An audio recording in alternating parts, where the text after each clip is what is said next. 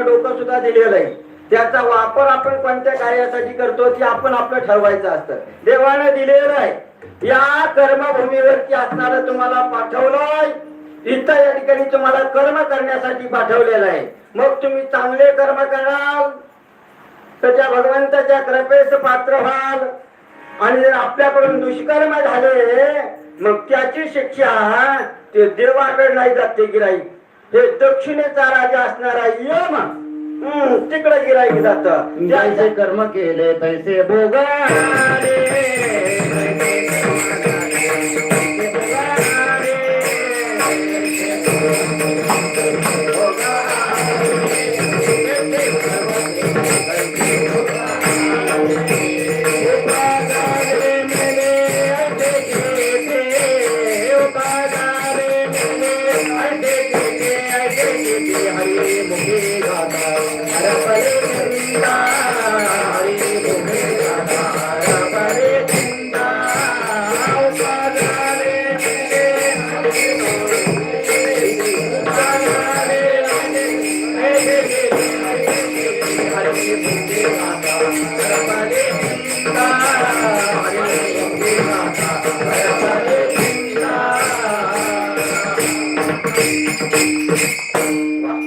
ऐशी मुखे गाता हरपली चिंता अशा असणारं सुंदर प्रमाण या ठिकाणी असणारा भगवंतानं आपल्याला सगळ्याला घडवलंय, सगळ्याला बळ दिलंय. पण आपण त्या बळाचा वापर कुठं करतो कुठं नाही हे आपण आपलं असणारं आत्मपरीक्षण करावं. या अभंगाच्या अनुषंगाने आपल्याला 4-5 मोठे समजून घ्यावं लागतात. या ठिकाणी असणारा हनुमंत कोण, त्यांच्या बळाचा अंदाज घ्यावा लागेल. त्याच्यानंतर रावण कोण, त्याचा असणारे काय जे असेल ते रावण कोण ते समजून घ्यावं लागेल. आणि असं समजून घेतल्याच्या नंतर या ठिकाणी असणारं उड्डाण कोण करू शकतो, ज्याला पंख आहेत ते उड्डाण करू शकतात. खरं की नाही? उड्डाण कोण करू शकतो. आणि उड्डाण केल्याच्या नंतर तिथं जाऊन योग्य कार्य केलं तर तो भगवंताच्या कृपेस पात्र होतो. अशा असणाऱ्या भगवंताच्या कृपेस पात्र भक्त शिरोमणी हनुमंतराय ठरले. म्हणून तुकोबाराय त्यांचा असणारा या ठिकाणी जय जयकार करतात, धन्यता देतात.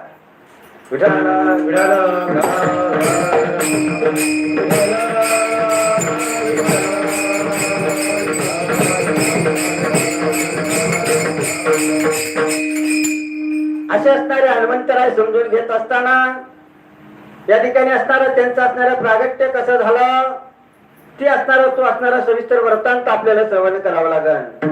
या ठिकाणी असणारा केशरी आणि अंजनी त्या दाम्पत्याच्या पोटी या ठिकाणी असणारा आतापर्यंत त्यांना असणारा मुलबान अपत्य नव्हतं. या ठिकाणी माता माऊली असणाऱ्या बोळ्या असतात पहा अप्पा. कोणते बी देवाला नवस, हे देवा माझं चांगलं होती तुला 2 पायाचं 4 पायाचं नवस करायला ऐकत करीत नाही का. परंतु ज्या सात्विक सदाचारी असणाऱ्या माता माऊली आहेत ना त्या असणाऱ्या आघोरी प्रयत्नामध्ये जात नाही का. हे भगवंता मी तुझंच नाव घेईन आणि तुझं नाव घेऊनच तू कृपेस या ठिकाणी तुझी कृपा प्राप्त करीन. हा दृढ निश्चय माता असणाऱ्या अंजनीने केला.